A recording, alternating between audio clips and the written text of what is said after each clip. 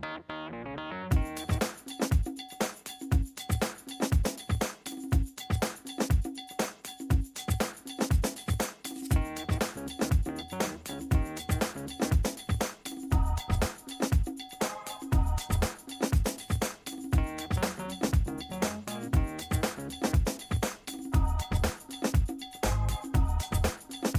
n'a aucun repère quand on fait un dossier comme ça.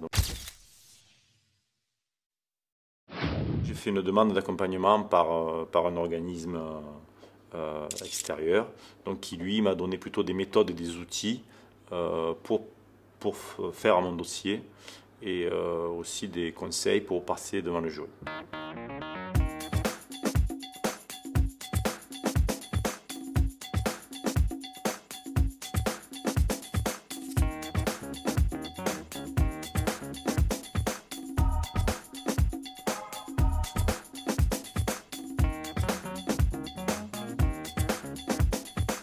Le travail s'est fait en amont avec le CPSA, qui a fait un gros travail de positionnement de nos différents commerciaux par l'intermédiaire de la première étape d'une démarche VAE, qui est la mise en place du dossier de recevabilité. Ils ont positionné tous nos commerciaux par rapport au référentiel, aux compétences acquises. Donc il y a eu des questionnaires à choix multiples, des questions ouvertes qui ont été faites et remises aux différents ATC pour qu'ils répondent et qu'on puisse comme ça les situer et valider que la VAE justement était le bon chemin pour acquérir la certification qu'on allait chercher. Cet accompagnement-là, c'est une dizaine d'heures à peu près, qui s'est réalisé sur le temps de travail pour les commerciaux et qui a permis de leur apporter de la méthodologie, de les suivre au fur et à mesure de l'avancée du projet, de leur dire cette expérience-là est intéressante, celle-ci, c'est pas la peine de la reprendre, celle-ci, il faut l'approfondir, c'est mal présenté, et d'étape en étape, sur des entretiens de 2 heures, 5 fois 2 heures ou 6 fois 2 heures suivant chacun, ils ont avancé sur leur projet. En fait, on n'est pas rentré par la démarche VAE en tant que telle, on est en fait rentré dans une logique de certification de nos commerciaux, de nos forces commerciales, c'est l'idée de départ. Et ensuite, c'est les échanges qu'on a eus avec un organisme de formation qui nous a amené à trouver le titre que l'on voulait aller chercher, qui était un titre de responsable technico-commercial option agro-fourniture, un titre de niveau 3, donc équivalent Bac+2.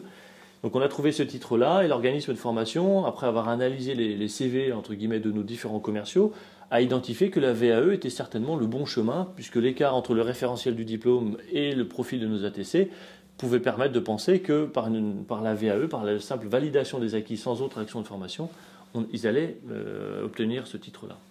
L'enseignante qui m'a accompagné est quelqu'un qui fait déjà passer des VAE, donc qui a une certaine expérience dans le domaine.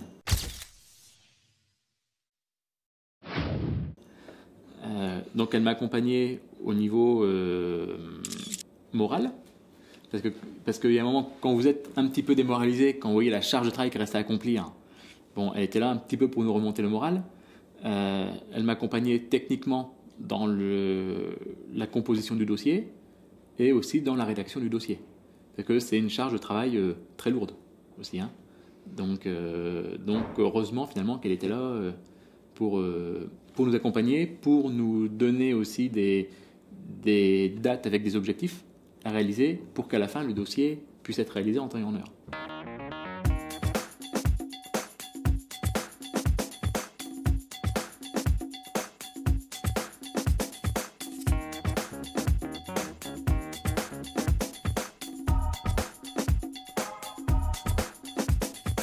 Et on a été aidé, l'ensemble des personnes avec qui je passais cette VAE, puisqu'on était un petit groupe à passer ce diplôme, on a été aidé par un système d'atelier VAE avec l'université qui était assez guidant.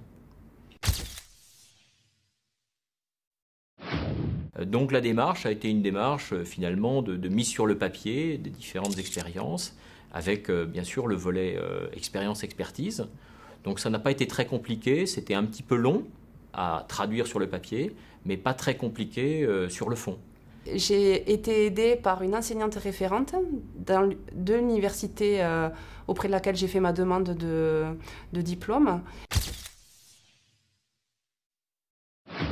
Et malgré le fait qu'on était à l'autre bout de la France, en fait, parce que ma formation se faisait à Paris, on a pu maintenir ce lien par téléphone et mon enseignante référente a pu m'aider tout au long du parcours qui a duré quasiment 18 mois.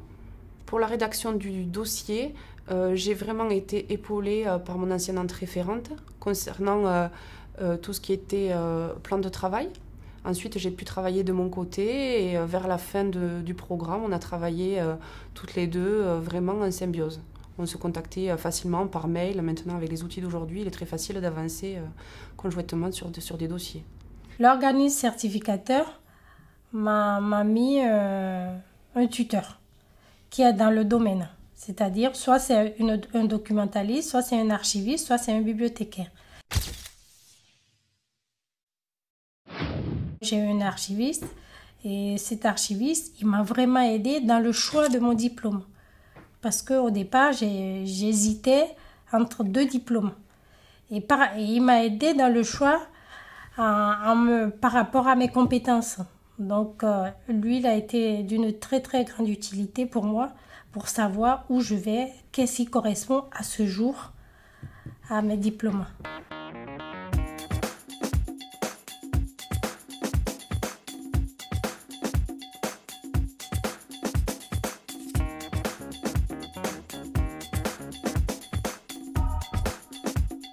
En fait, l'accompagnement n'est pas obligatoire, mais en toute honnêteté, je conseille toute personne engageant une VAE de se faire accompagner par les organismes qui sont là pour ça, quoi.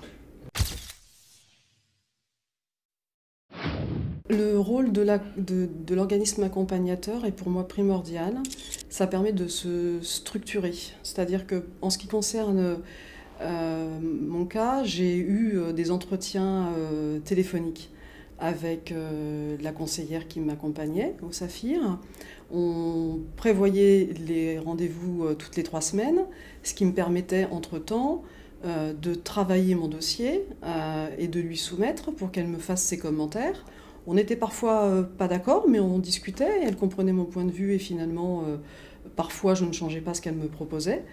Et c'est très intéressant dans l'échange, quoi. C'est-à-dire que c'est des gens qui, ok, ils sont là pour vous coacher, mais ne font pas le dossier pour vous, quoi. C'est vous qui mettez absolument ce qu'il y a dedans. Et alors c'est intéressant parce que ce ne sont pas des gens de votre domaine, donc il y a des questions qui sont posées, et quand on n'est pas suffisamment clair dans l'expression de